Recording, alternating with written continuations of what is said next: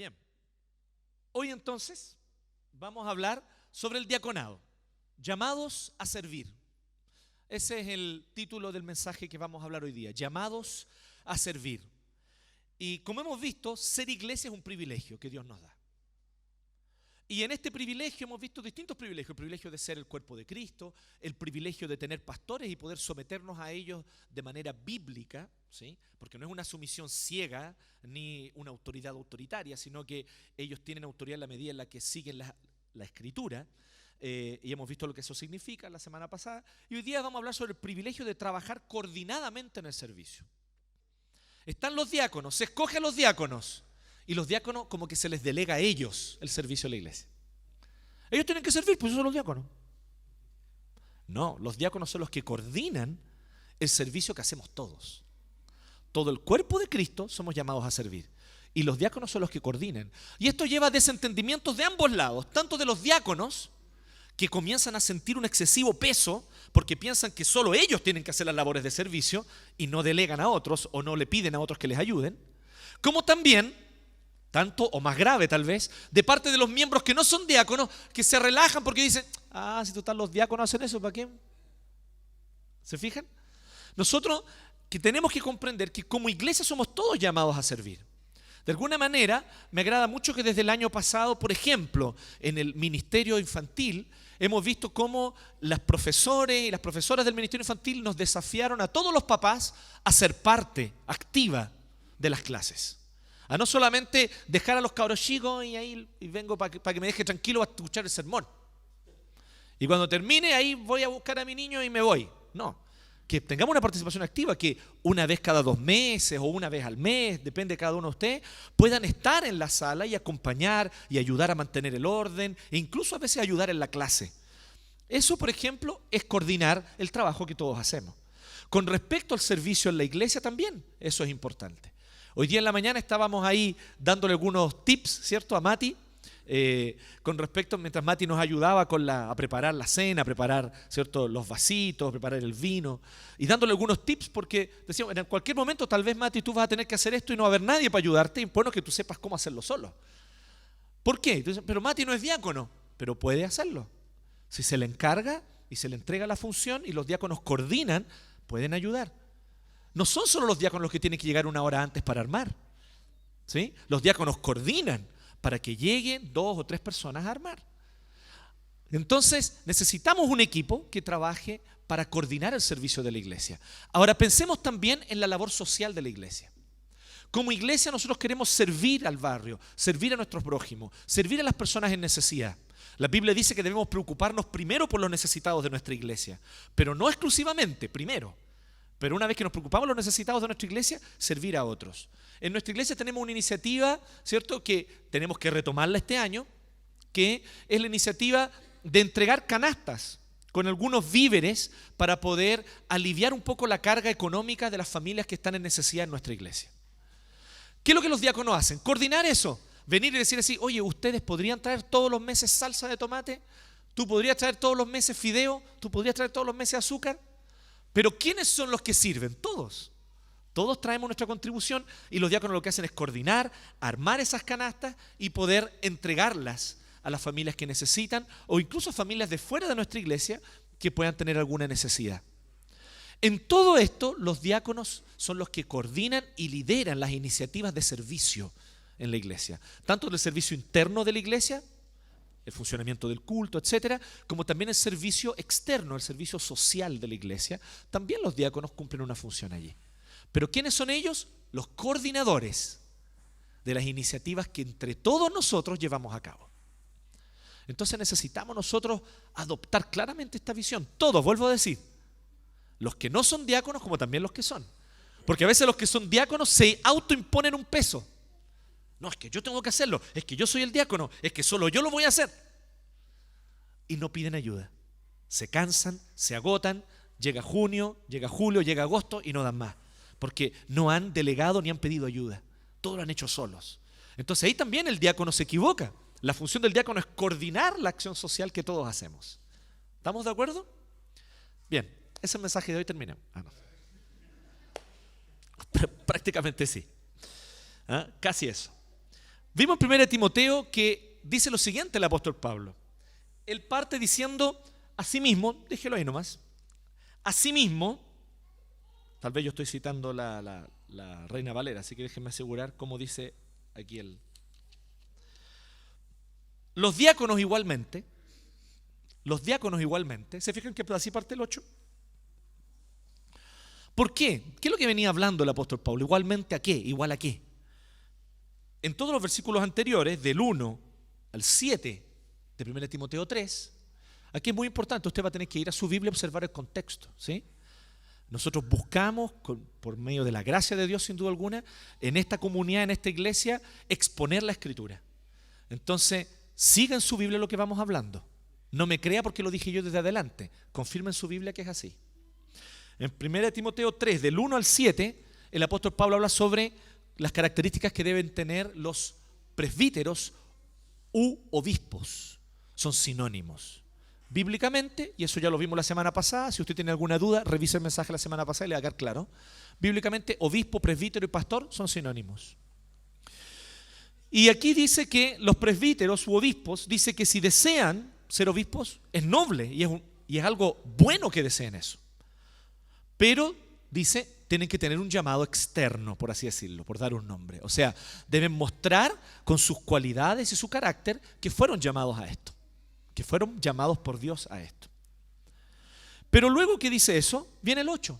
Entonces dice, y los diáconos, igualmente, o en la versión más antigua, en la Reina Valera, asimismo los diáconos deben ser, y habla de las características también que deben tener un diácono y las cuales uno debe observar para saber si alguien ha sido llamado por Dios para ser diácono. Veíamos esto claramente la semana pasada. ¿Quién da los dones? Dios. ¿Y la iglesia por qué vota entonces?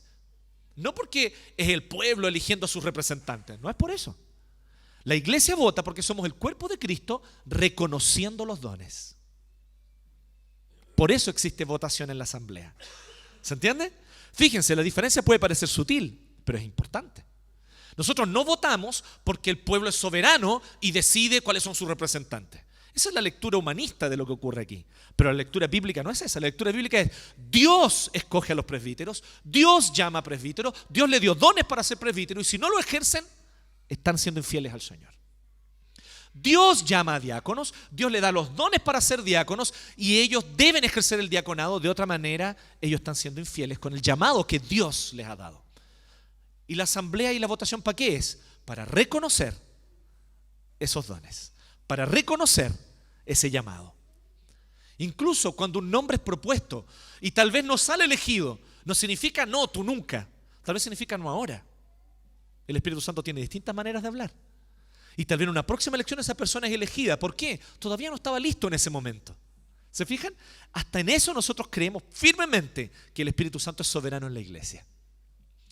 Entonces, él dice, deben entonces asimismo los diáconos. ¿Por qué Pablo está diciendo esto? Timoteo, al igual que la semana pasada Tito, Timoteo era otro colaborador, no era un colador, era un colaborador de Pablo. Y Timoteo quedó a cargo de poner en orden las cosas en Éfeso. Así como Tito en Creta, Timoteo en Éfeso. Entonces el apóstol Pablo había plantado la iglesia, había predicado el evangelio. Los primeros cristianos de Éfeso se habían convertido con la predicación de Pablo. Pero luego este grupo se empieza a reunir para formar una iglesia. Pero Pablo tiene este llamado de seguir plantando iglesias en otras ciudades. Así que cuando él se va, deja a Timoteo y le dice, Timoteo, tú pon en orden aquí, yo me voy. Para plantar y para seguir el llamado que Dios me indicó en otro lugar. Entonces, ¿qué ocurre? Timoteo se queda allí y tiene que seguir las instrucciones que Pablo le da. Pablo está lejos ahora y le escribe una carta y le dice, tiene que haber presbíteros en la iglesia, pero le dice algo interesante, le dice, tiene que haber diáconos, como un oficio, como una función, como un ministerio separado dentro de las funciones de la iglesia. Lo interesante es que nosotros no vemos en el libro de Hechos nombrados a los diáconos como un ministerio, como un oficio. Vemos a los ancianos siendo nombrados, pero no a los diáconos. No en el libro de Hechos. Pero esto que es posterior, vemos el apóstol Pablo diciendo que tiene que haber presbíteros que gobiernan y tienen que haber diáconos que coordinan el servicio y la acción social de la iglesia. ¿De dónde surge esa idea? Veamos Ahora sí, Felipe. La iglesia coordina su labor de servicio mediante una junta de diáconos o un cuerpo de diáconos. Aquí nuevamente vemos la misma lógica. Si nosotros queremos identificar la voluntad del rey de la iglesia, ¿quién es el rey de la iglesia? Cristo. Entonces tiene que haber un consejo. Cuando hablamos del gobierno de la iglesia, por eso hay un consejo de presbíteros. Cuando hablamos del servicio y la acción social de la iglesia, hay un consejo también, pero de diáconos. El apóstol Pablo indica que debe haber diáconos. Y esta junta de diáconos, que es el nombre que le podríamos poner, coordina su labor de servicio. Y lo primero que nosotros tenemos que ver es lo siguiente. Primero, dele nomás, Feli, gracias. Todos fuimos llamados a servir. ¿Y saben qué es lo hermoso? Imitando al Señor Jesús. A veces algunas personas piensan así: el presbítero es el cargo de más honra en la iglesia. Y después están los diáconos, que son así como, ¿sí? Como que ellos están en segundo, como algo inferior, los diáconos. ¿Saben qué es lo interesante? Que la Biblia dice que Cristo fue un diácono. Es un título de mucha honra, porque dice que Cristo vino a la diaconía, vino a servir. No vino para ser servido, sino para servir. Y Él dio ejemplo de esto. ¿Ustedes se acuerdan? Cuando está en la última cena con sus apóstoles y Él lava los pies de los apóstoles. ¿Tú entiendes lo que eso significa? Te lo voy a explicar brevemente, porque es importante tener claro el contexto histórico. En ese tiempo toda la gente usaba sandalias y las calles no estaban pavimentadas. Y por las calles no solo andaban personas, andaban perritos, gatitos, cabras, bueyes, que iban dejando sus cositas en la calle. Por lo tanto, la calle tenía este delicioso lodo, ¿sí?, que era una mezcla entre tierra, heces, para no usar una palabra tan ordinaria como caca, había pipí, había de todo ahí, ¿sí? Imagínense cuando se instalaba la feria y sacaban la feria. ¿Han visto cuando está recién levantando la feria como a las 2, 3 de la tarde? ¿Sí? ¿Quién de ustedes va a la feria? Vayan a la feria, hermano. Olvídense del supermercado. Abandonen el retail. Eso es un paréntesis. En la feria, cuando uno va al final, ¿cierto? Dos cosas uno consigue. La primera, precio más barato, ¿cierto? Pero la segunda, que hay que aguantar lo que queda nomás. Ya lo mejorcito se lo llevaron temprano. Pero además, cuando uno va al final de la feria, uno se encuentra que están desarmando la feria, está ese delicioso aroma. Y eso que las calles son asfaltadas. Imagínense si eso fuera una calle de tierra y todo ese lodo mezclado con todos esos olores, ¿sí? Que además, como les digo, pasaban todo tipo de animales por las calles. Entonces imagínense cómo quedaban los pies de alguien que caminaba por las calles. Algunas personas dicen así: oh, Jesús le lavó los pies a los discípulos que estaban llenos de polvo.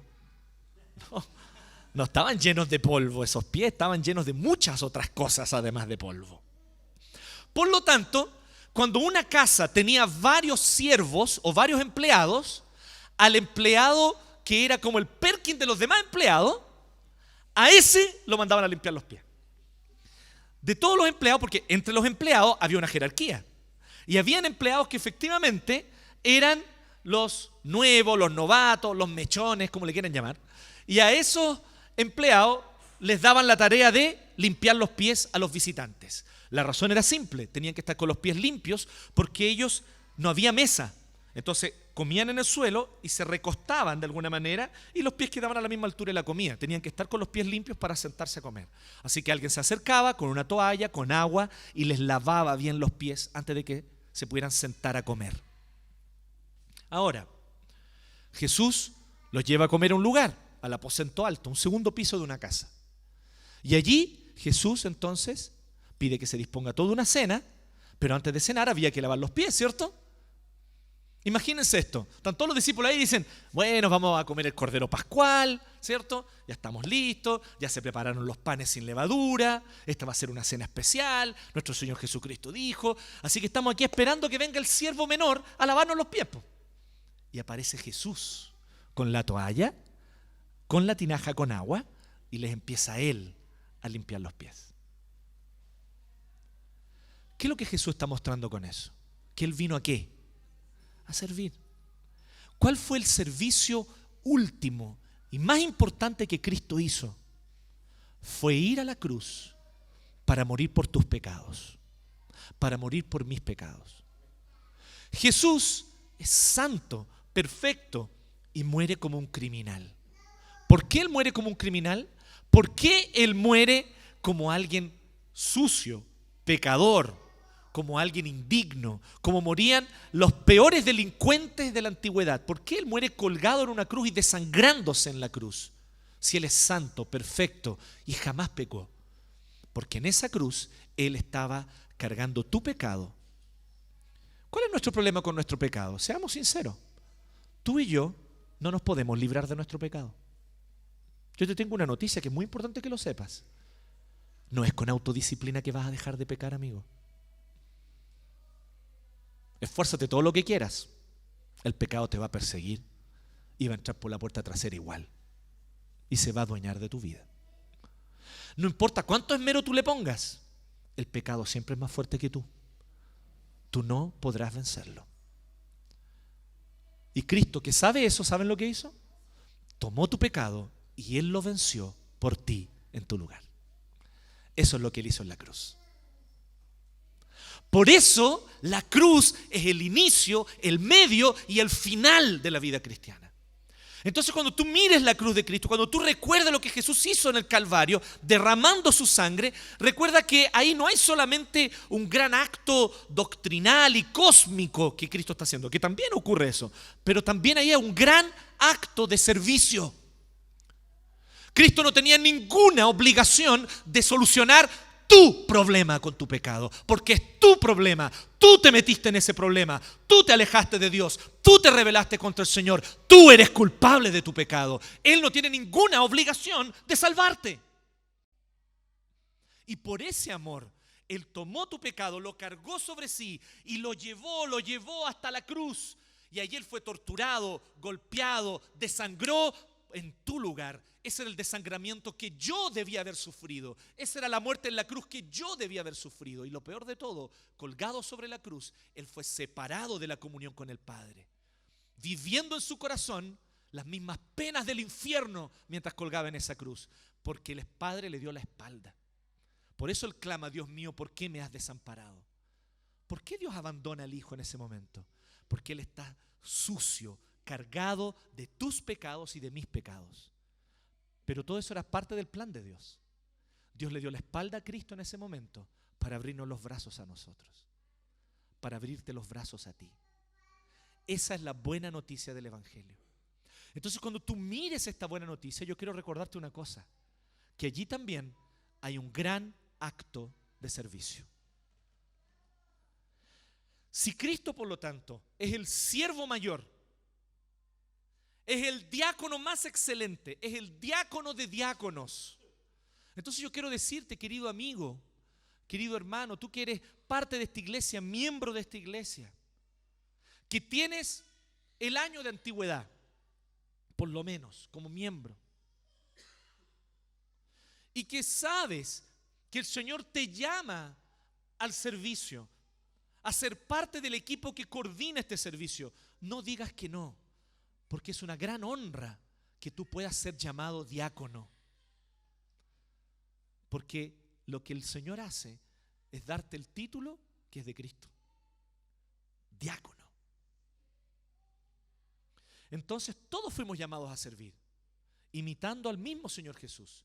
Pero el Señor entonces separa un grupo para que ellos en la iglesia coordinen el servicio que todos hacemos.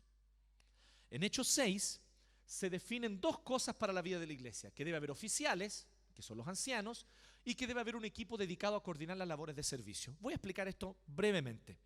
Abran su Biblia ahí en Hechos 6. Yo no lo voy a mostrar aquí, ustedes tienen que abrir su Biblia.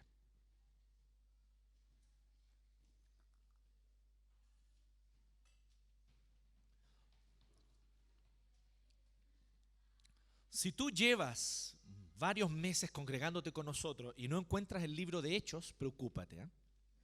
Estás en deuda. Necesitas leer tu Biblia. Hablo en serio. Hechos 6. Miren.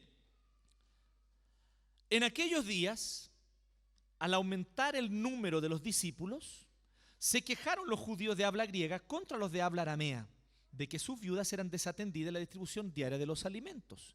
Así que los 12, que son los apóstoles, reunieron a toda la comunidad de discípulos y les dijeron: no está bien que nosotros los apóstoles descuidemos, ¿qué cosa? El ministerio de la palabra de Dios. ¿Para qué? Para servir a las mesas. Ellos no están diciendo así: oye, eso es algo muy inferior para nosotros. No, no es eso. Ellos están diciendo: el tiempo no nos alcanza para las dos cosas. Eso es lo que están diciendo, ¿ya? No es que ellos vean eso como algo inferior, sino que dicen: nosotros no podemos hacer las dos cosas, el tiempo no nos alcanza. Tenemos que enseñar, tenemos que aconsejar, tenemos que predicar. Entonces, ¿cuándo vamos a tener tiempo para además preocuparnos de todas las viudas? Porque las viudas de habla aramea ellos las conocían desde antes, por eso las servían. Pero las viudas de habla griega eran recién convertidas, que habían llegado recién a la comunidad, y los apóstoles literalmente no las conocían. Entonces había un problema práctico aquí. Entonces, ¿qué dijeron? Versículo 3. Hermanos, escojan de entre ustedes a 7 varones de buena reputación, llenos del Espíritu Santo y de sabiduría, para encargarles esta responsabilidad. Así, nosotros nos dedicaremos de lleno ¿a qué cosa? A la oración y al ministerio de la palabra. ¿Qué ocurre aquí? Tienes que ubicarte históricamente. Hasta este momento solo existe la iglesia en un lugar, en Jerusalén. Todavía no hay iglesia en otras ciudades. Solo en Jerusalén existe la iglesia.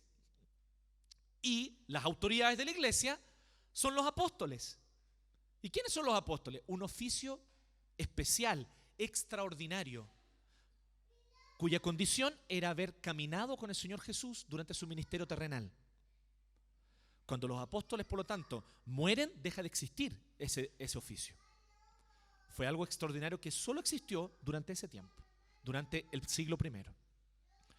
Entonces, si nosotros observamos aquí con atención, vamos a ver que hay una iglesia cuyos líderes son los apóstoles. Los apóstoles son los pastores de la iglesia. Y ellos se dan cuenta que no pueden ocuparse de que todos reciban la ayuda necesaria, porque ellos se preocupaban de todos los necesitados, y además de la predicación de la palabra. Entonces es un problema práctico. Ellos dicen: formemos entonces un grupo de gente que se preocupe de servir y nosotros nos preocuparemos de predicar la palabra.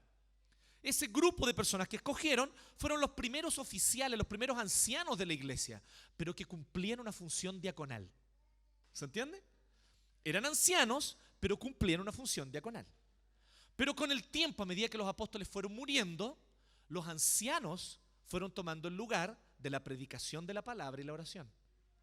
Entonces ocurre lo de 1 Timoteo 3.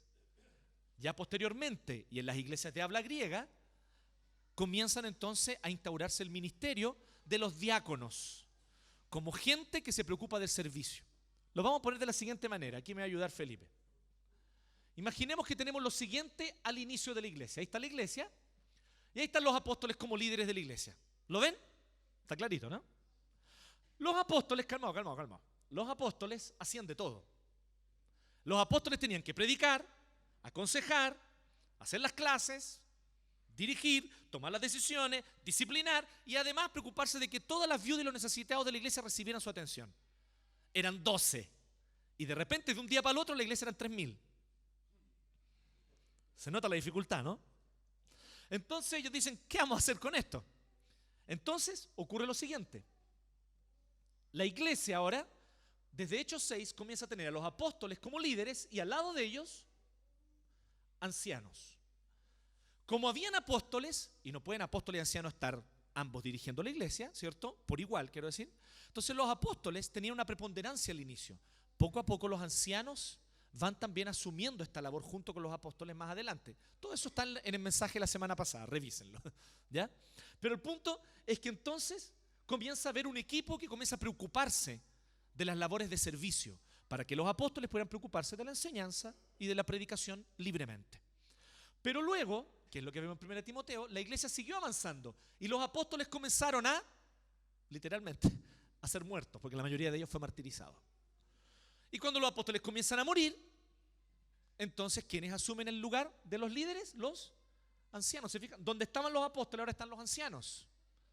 Por favor, Felipe. Gobernando la iglesia. Entonces, ¿quiénes quedan ayudando? Ahí surgen los diáconos. Y esta es, por así decirlo, la evolución hasta la estructura de iglesia que nosotros hoy día conocemos. ¿Se entiende? De esta manera, nosotros podemos ver que llegamos hasta el punto que hoy día las iglesias presbiterianas, por ejemplo, se organizan. Hay un consejo de ancianos conocido como consistorio. El consistorio es el consejo de presbíteros o ancianos que están a cargo del gobierno de la iglesia bajo la cabeza que es Cristo. Pero también hay una junta diaconal, que también la asamblea es la que los escoge y reconoce sus dones. Pero esa junta diaconal se preocupa de coordinar las labores de servicio en la iglesia. Esta es básicamente la razón por la que llegamos hasta donde estamos. Entonces, ¿qué aprendemos de Hechos 6? Aprendemos dos cosas. Primero, que la iglesia ordena oficiales, que son los ancianos. Y en segundo lugar, que no puede haber las mismas personas que se preocupan de la predicación y la enseñanza estar a cargo de coordinar el servicio. Entonces hay que tener otro equipo que coordine el servicio. Esas dos cosas aprendemos en Hechos 6. Desde ahí, desde esos principios bíblicos, la iglesia presbiteriana se organiza como la conocemos, con un consistorio y con una junta diaconal. ¿Queda claro? ¿Sí? Espero que sí. Avancemos. En segundo lugar, hoy día de nuevo tenemos solo 2 puntos, por si acaso. Sermón luterano. 2 puntos. Entonces, dele nomás. Los diáconos ejercen un tipo de liderazgo que exige ciertas características. Y aquí es donde el apóstol Pablo, con su preocupación en 1 Timoteo 3, desde el 8 en adelante, él dice cuáles son las características que deben tener. Y son bastante similares a las características del presbítero, con una pequeña salvedad que yo se las voy a decir y que yo sé que genera un poco de polémica, pero tengo una convicción al respecto a partir de la exégesis bíblica. ¿Ya? En 1 Timoteo 3, desde el 8, vemos lo siguiente. Los diáconos igualmente deben ser honorables. Honorables. Buen título, ¿no? En la iglesia presbiteriana se usa eso, honorable presbiterio. ¿Sí? El honorable consistorio. ¿Sí? Lo que se usaba y se dejó de usar, porque aquí no saben, era venerable, se usaba antes. ¿Sí? Pero se dejó de usar porque a la cultura actual no le hace sentido esa palabra. ¿Sí? Pero honorable es que es digno de honor. ¿Qué significa esto? No significa que la persona sea perfecta. ¿Se acuerda que la semana pasada veíamos una palabrita en la NBI, intachable? Y esa palabrita, si tú vas a la Reina Valera, es irreprensible. La Reina Valera la traduce súper bien. ¿Sabes lo que significa irreprensible? No significa alguien perfecto. Significa que no tiene cosas tan graves que merezca ser reprendido en público. Con el diácono es algo similar. El diácono debe ser alguien que no es perfecto. Se equivoca, comete pecados también, y uno lo puede llamar a un rincón y llamarle la atención, y la persona crece, madura, se arrepiente. Pero tiene una cosa, no tiene un estilo de vida doble, ni pecados tan graves que lo hagan ser digno de reprensión pública. ¿Se entiende la diferencia? Por eso que irreprensible no es sinónimo de perfecto. Irreprensible significa que no tiene cosas tan graves que deban ser reprendidas en público. Y eso es lo que dice y de alguna manera afirma también con respecto a los diáconos. Deben ser honorables, sinceros. Qué importante la sinceridad en un diácono. ¿Sí? El diácono muchas veces va a coordinar la ayuda, ¿cierto? Y él debe ser sincero en decir, ¿saben qué? Por ejemplo, lo que decíamos recién, no doy más, necesito ayuda con la función que estoy haciendo. Necesito ayuda, ¿quién de ustedes me ayuda? Eso es parte de la sinceridad. No amigos del mucho vino. ¿Qué significa esto? Que no tiene sustancias que lo controlan, que no está controlado por sustancias, como el caso del alcoholismo, aquí se refiere específicamente al alcoholismo, y también a cualquier otro tipo de sustancia se puede aplicar eso. Una dependencia. No, es que no puedo estar sin el pucho. Si no estoy con el pucho no estoy tranquilo. Hay un problema ahí, ¿no? Hay una dependencia. ¿Sí? Entonces, no, es que si no hay THC en mi sangre, me duele la cabeza. Entonces tiene un problema, tiene una dependencia química, ¿cierto? Tiene que o tratarla para ser líder o no puede ser líder. Entonces no puede haber. Y también, ojo, con la dependencia de fármacos. Muy permitida y muy bien vista hasta cierto punto, pero no, es que sin pastillas para dormir no duermo. No puede ser diácono. Tal vez, y existen los tratamientos, ¿estamos de acuerdo? Hay médicos que dicen, oye, un tratamiento, tantos meses para que pueda dormir. Ok, yo estoy hablando de gente que depende de eso emocional y psicológicamente. ¿Me siguen la diferencia, no?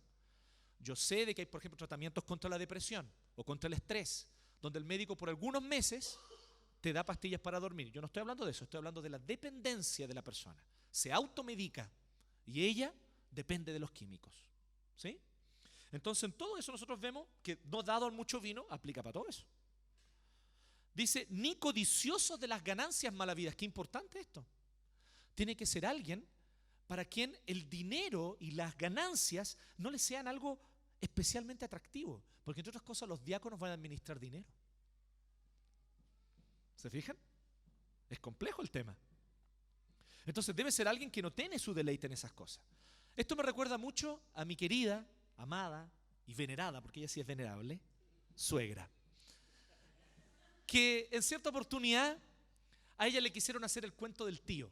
Esa del fajo de billetes que se le cae al compadre, ¿lo conocen? Un fajo de billetes, solo el de afuera es un billete y generalmente es falso, y adentro son puros papeles, ¿no? Entonces viene y hace como que se le cae un fajo de billetes a alguien que está obviamente coludido con otro. Entonces la persona se va. Y entonces, cuando la persona se va a agachar a recoger, el otro viene y lo recoge antes y dice, uy, pero entre los dos lo encontramos. Oye, pero aquí hay harta plata, deben ser como 200 lucas. ¿Sabe qué? Yo estoy desesperado, necesito plata. Deme lo que usted tiene en la billetera y yo le dejo este fajo a usted. Hagamos ese acuerdo, ¿sí? Un acto de generosidad, ¿no? Pero en realidad es un cuento del tío, para engañar a la persona. Bueno, le quisieron hacer eso a mi suegra. Ella no conocía ese cuento. No tenía idea que existía esa estafa, ¿sí? Mini estafa, micro estafa. Pero no tenía idea que eso existía. Así que al compadre se le cae el fajo. Y llega otro tipo y lo recoge delante de ella. Oiga, señora, mire, el medio fajo, se cayó el billete, ¿por qué no me...? Dice, no, si usted lo recogió, ¿qué hace usted con él? No, pero mire, pero podemos llegar a acuerdo. Usted deme lo que tiene en la billetera, yo le doy todo esto. No, no se preocupe, le dice, lléveselo usted. Si usted lo encontró, usted lo recogió. Vaya nomás, que el Señor le bendiga. Y ella se fue. ¿Por qué no cayó en el cuento del tío? Por su desinterés en las ganancias malavidas. ¿Se fijan o no? Por su falta de interés en las ganancias malavidas.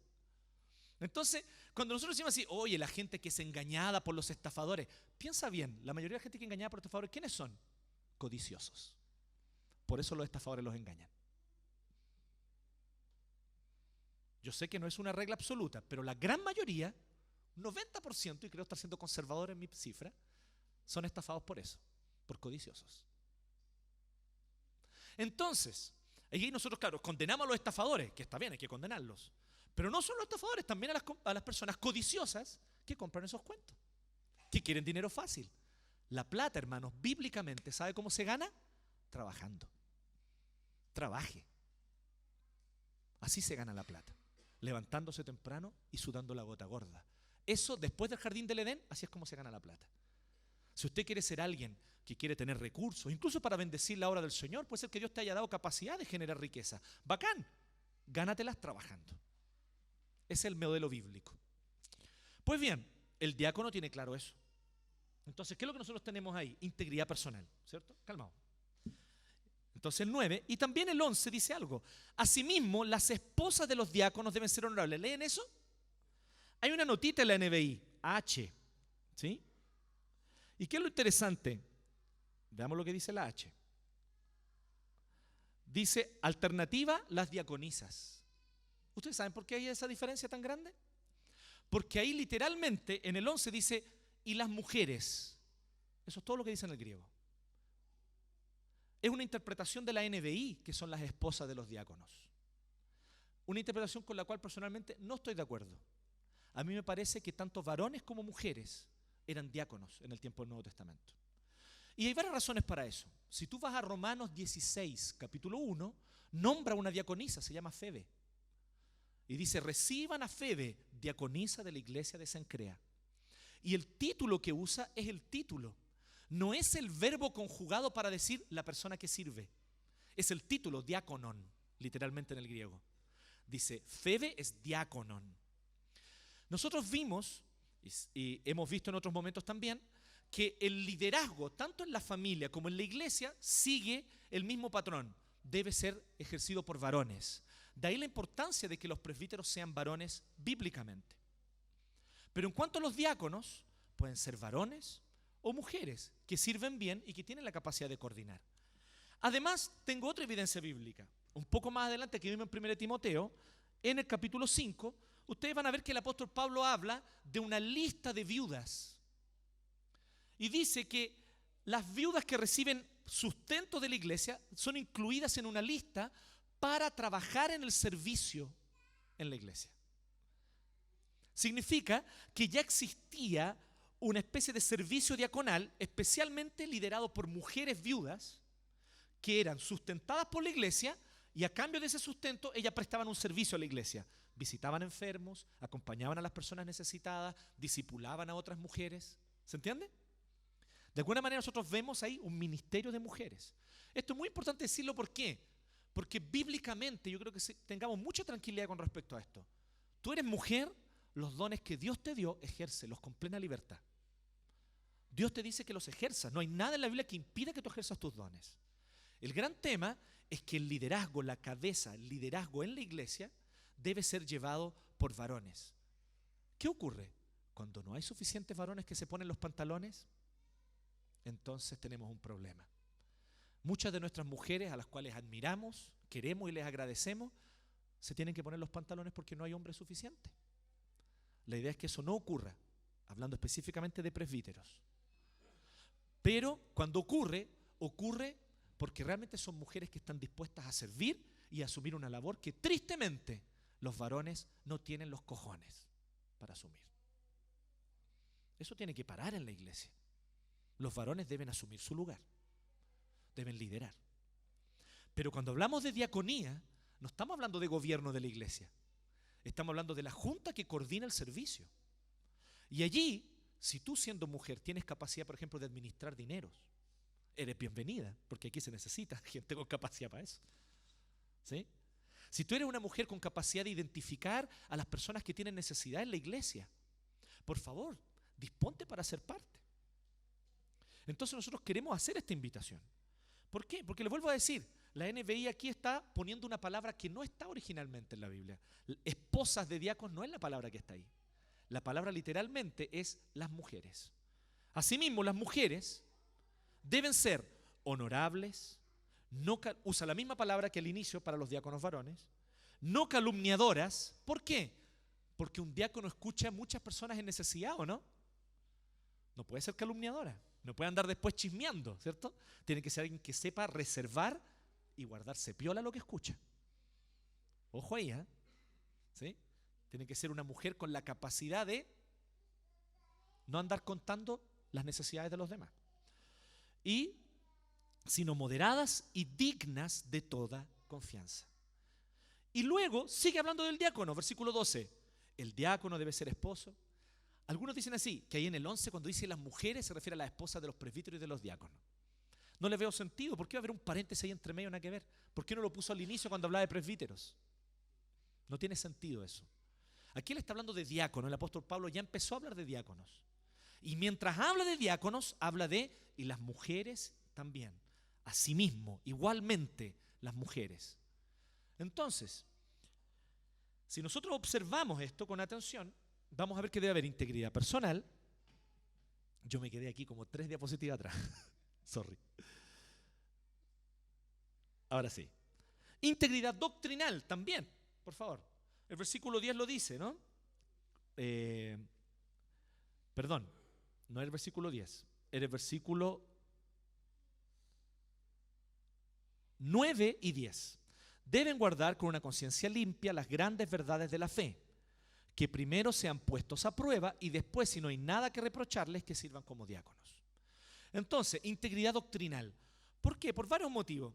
El versículo 10, que primero sean puestos a prueba y después, si no hay nada que reprocharles, que sirvan como diáconos, de alguna manera indica una práctica que es común en muchas iglesias presbiterianas, ¿ya? Que es cuando se elige un diácono por primera vez, la primera vez esa persona ejerce el diaconado solo por un año. Es una costumbre. Para que después de un año ejerciéndolo, entonces se diga, oye, ¿quieres seguir ejerciéndolo por otros 3 o 4 años más? Pero primero solo por un año. Es una costumbre que algunas iglesias tienen y que yo lo encuentro sana, porque además sigue la instrucción bíblica, ¿no? De primero ponerlos a prueba y después, si después de un año de servir y todo dicen, sí, quiero seguir en esto, y la iglesia también reconoce, la persona lo hace bien, entonces lo reeligen, pero por un periodo más largo. Pero tiene que haber integridad doctrinal. ¿Por qué? Porque evidentemente, aunque no es la persona encargada de enseñar, debe ser una persona que tiene clara la doctrina para saber identificar también cuando algo está desviado en la iglesia y comunicarlo oportunamente a los presbíteros. Y también la integridad familiar, como dice el versículo 12. El diácono debe ser esposo de una sola mujer. ¿Qué significa esto? Significa, algunos dicen sí, es porque había poligamia en ese tiempo. Es cierto, existe ese tema de que había la poligamia. Y algunos polígamos se convertían. ¿Se entiende la idea? Ellos eran polígamos cuando eran paganos y cuando se convertían, ya eran polígamos. ¿Qué iban a hacer? Tengo 3 esposas, abandono 2 y me quedo con una. No es tan fácil, ¿no? Entonces ellos eran recibidos como miembros en la iglesia, pero no podían nunca ser líderes. ¿Sí? Se quedaban ahí, siempre. Solo como un miembro más. Ayuden lo que sea, todo, pero no puede porque no es un modelo de lo que la Biblia muestra, que es marido de una sola mujer. ¿Sí? Pero también significa alguien que no tiene sucesivos matrimonios. Eso también aplica para quien se divorcia, se vuelve a casar, se divorcia, se vuelve a casar. Quien tiene esa tendencia no tiene la integridad para ser líder en la iglesia. ¿Sí? Entonces eso es importante saberlo. ¿Hay casos excepcionales? Sí los hay. Personalmente conozco algunos. Personas que se divorciaron antes de convertirse. ¿Sí? Una vez que se convierten y conocen al Señor, ellos entonces deciden ser fieles a una sola mujer o mantenerse célibes el resto de su vida. ¿Sí? Y entonces ellos ejercen el liderato en la iglesia. Pero debe haber integridad en ese aspecto. ¿Ya? Integridad también familiar. Y fíjese lo que dice el 13. Los que ejercen bien el diaconado se ganan un lugar de honor y adquieren mayor confianza para hablar de su fe en Cristo Jesús. ¿Qué significa esto? Leyendo al viejo Calvino, él dice algo súper interesante sobre este versículo 13. Él dice que no todos los diáconos tienen que servir en otros ministerios necesariamente. A muchos Dios los llamó para ser diáconos y solo para ser diáconos. Pero sí es verdad, dice Calvino, que hay algunos que comienzan como diáconos y que luego llegan a ser presbíteros. Que de alguna manera el versículo 13 estaría apuntando en ese sentido.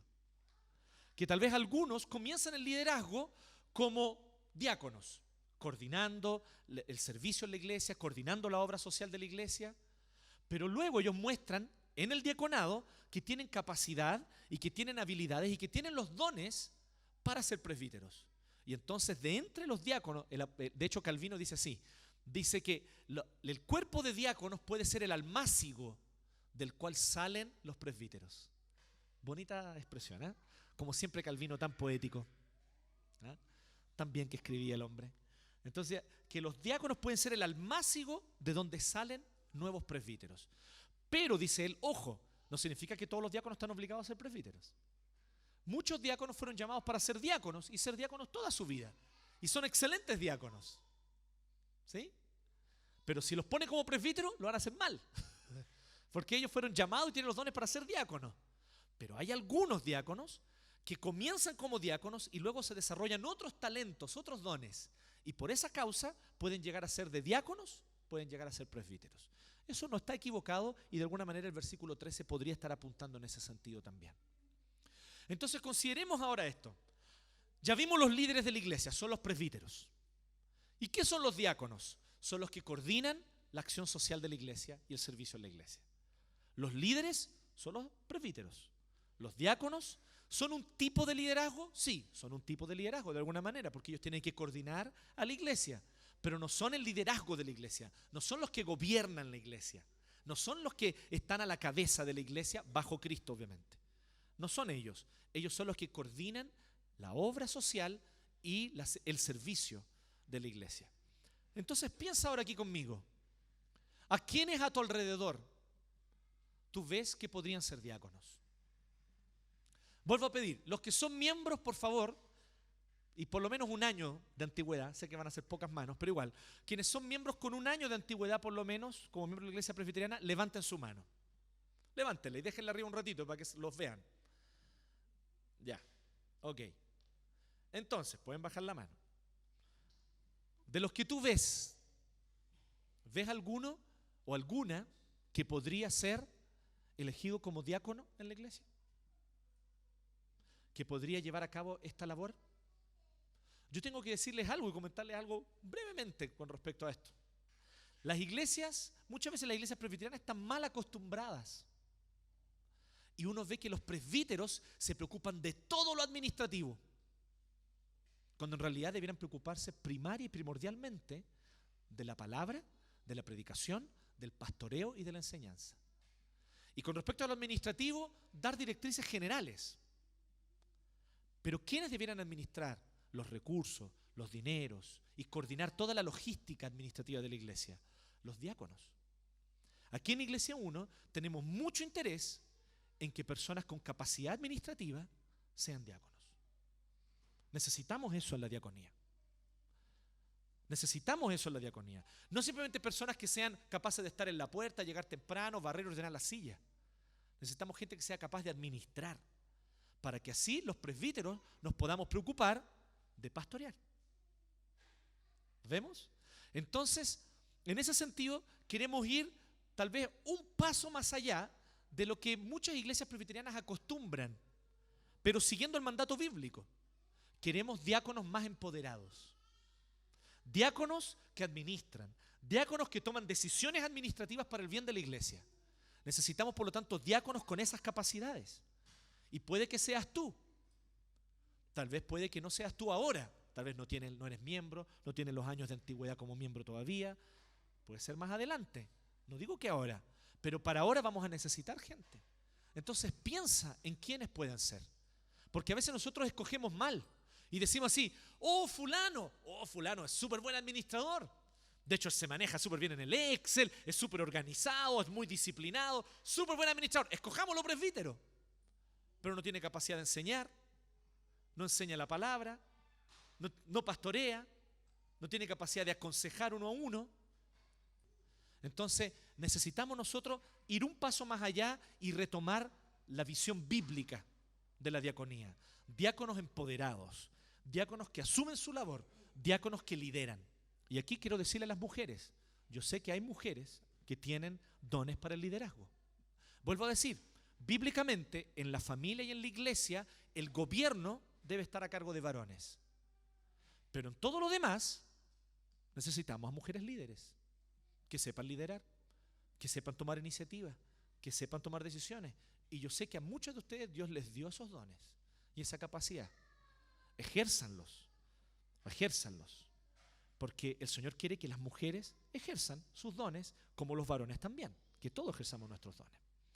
Queda clara la idea, me imagino, ¿no?